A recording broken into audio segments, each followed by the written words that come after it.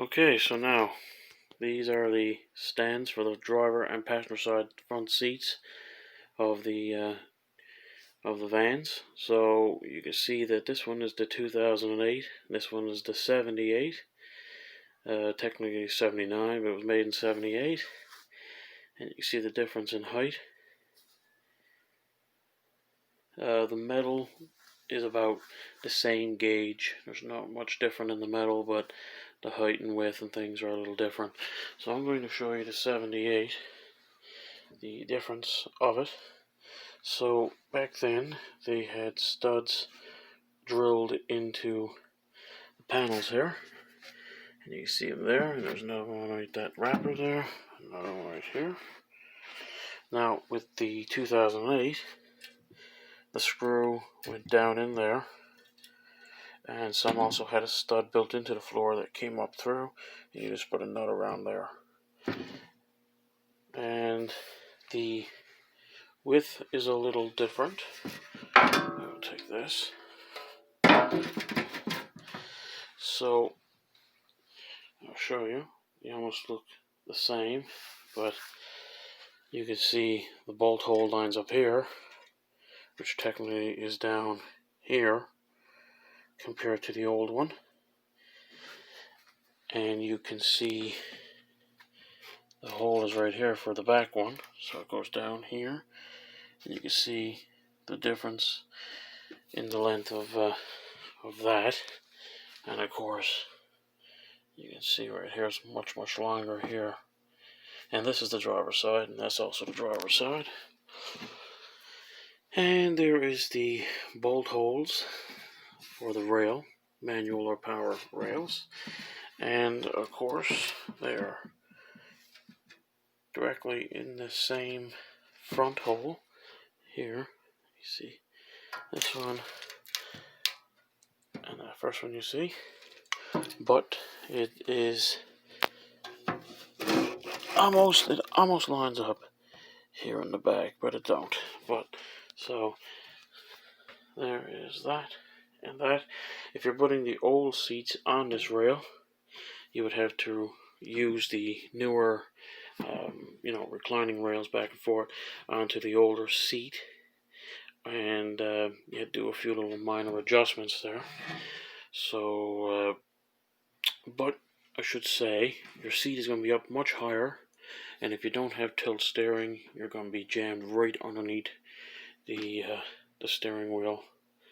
So you have less padding in the older vans. That's why you have a higher mount here, and you have more padding in the newer vans, which you have a shorter mount. And I like this hole cut out, so you can get in there and turn the screws from opening up the door instead of going around. You can get it from here, and you can see the bolt hole right here, plain as day, which is a little bit more difficult with the older one. And of course you had to get underneath the van to undo the bolts, of course, for this one. Taking them out of the van was a breeze. As you can tell, the 4 studs are here. They're still solid in the machine.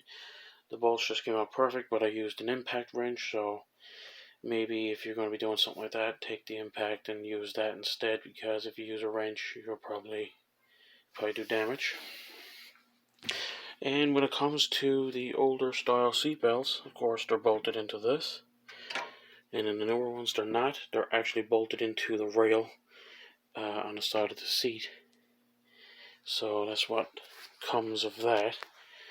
And, it's best off if you're going to replace the seats. Also use the, I'm not sure what these are called. I'm just going to call them a stand. Just make sure you get those too as well, because it's quite hard using the old ones. Like I said, the older seats had less padding, so you're up a lot less than what you were in the newer ones. So that's why they raised these. And of course you had to drill out new holes, of course, for the newer seat rails. Or if you're going to use the old seat rails, fine and dandy, but newer is better sometimes. And when it comes to seat rails and seats and things, it's just the technology is so much better now than what it was back in those days. and I'll show you the old seat rails and the universal seat rails. So these are the original seat rails, manual seat rails, and they range from 1978 right up until the 80s, and then they changed a little bit in design. But you can see that it has the round knob, the nice shaft there, the line there that goes across to hold the other rail back and forth. Some of these seize up, but most of the time you can repair those and fix them. Here's the universal, and you can see they did a great job of lining the bolts up, and so they did, you know.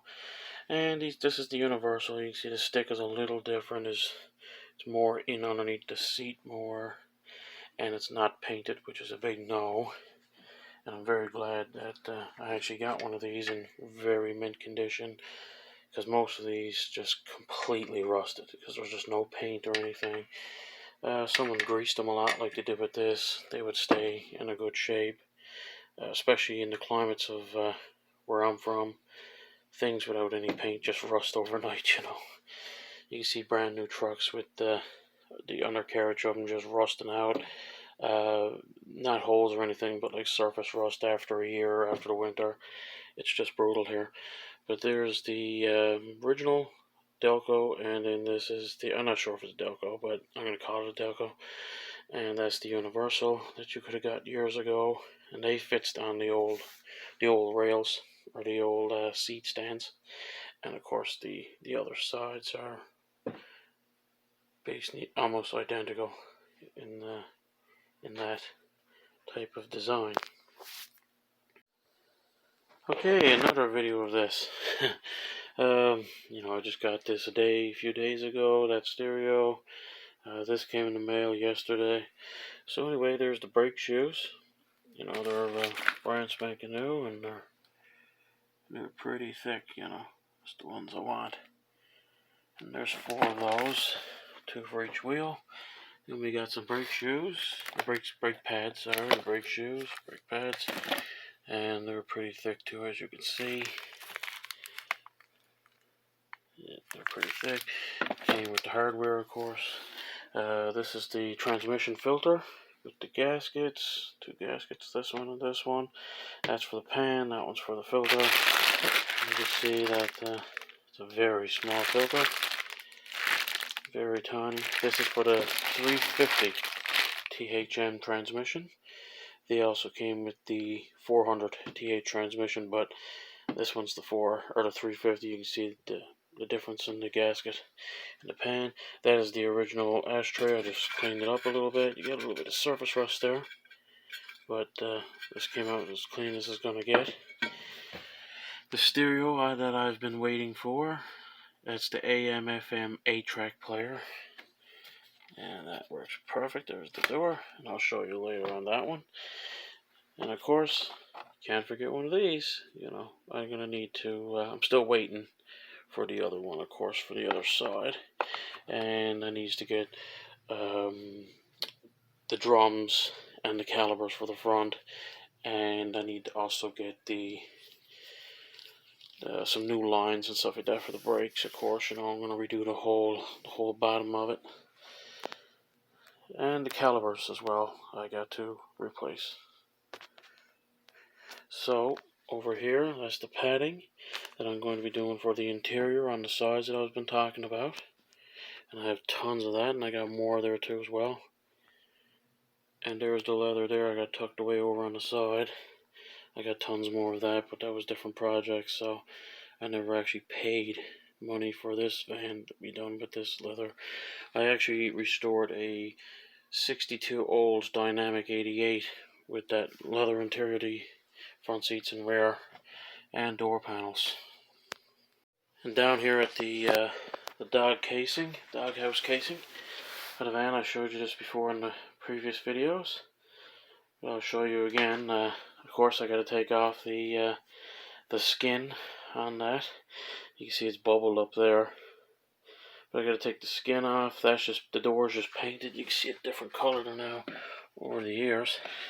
You see that's plastic, so I got to take those little knobs off there to get the door out. Of course, I'm going to be replacing that, and I'm going to be showing you that as well. And some of these have a lock. This one here don't. So, this little black piece here is what holds the door in, keeping it open all the time. And of course, it also has a little, two little rods in there as well to come out. So I'm going to show you behind. You can see that's what that little black thing is right there. And that's the screws there that goes on the dashboard, holds it in. There's that little black rod again. Little pinchers, or there's a load of different names for those things. And you can see that's the little black tabs back there, that's what holds it. And of course, get out of your way here. There's the little black tabs down there as well. It holds that door in from falling out. You can see the bottom part here. You can see those round holes that are ripped out basically. They goes on the metal doghouse. And whoever took this off previously didn't care or didn't know how to take it off without destroying it. And of course they just went ahead, and of course you open it up and you can see the two little screw holes there that goes there. So you get to kind of have it like that and put your long screwdriver in there. And the same thing goes for down here. You can actually see it. That's with the door closed. And you can see the little black. It shouldn't be that big, but there's little holes there for the screws that go in there as well. So I got to kind of do some plastic repair on this doghouse before painting it. Of course, I got to strip it for it first and do things like that. There's also little black tabs there you can get for these doghouses for drinks. Of course, you put a cup in there, it's going to fall out. But there's a black tab you can go in there, and there's a little round thing so it can go down and stay in, without moving around. But if you put a drink in that the way it is, it's gonna fall when you make a turn in the van or a pothole or something. It's gonna fall. So there's little tabs that goes in that. I'll probably show you in other videos about that, but I don't have them right now, so I have to order those. So that's the plastic piece that I was talking about that I have to repair. That was the spot the screw goes through the plastic doghouse and goes into this piece, which is on your dashboard. And this is the piece that's up by your cigarette ashtray door. So there's supposed to be a little hole here, and there's supposed to be a full straight plastic piece there, but it's broke. And you can see on this side where there actually was a hole there for a screw, but that's also broke. So I need to repair those two plastic pieces. And I got the doghouse off there now, so I can show you that down here, that's where the bottom part of the plastic doghouse goes on this piece here, and that's where it screws into there onto this metal piece. And of course, where I have changed the color, I also have to paint this. You don't have to paint all of it, but I think I'm going to paint all of it, but you can see how Chev kind of cut corners here and didn't paint the top. I think it's primed, but it's not painted, and it's paint here, so. And I wouldn't paint it with any old regular paint, although it has a liner for high heat. I would paint it with high heat paint just to be on the safe side, so it won't kind of peel off or anything like that. And I kind of find high heat paint is very durable, and it's kind of hard for it to come off like regular normal paints. So that's the doghouse.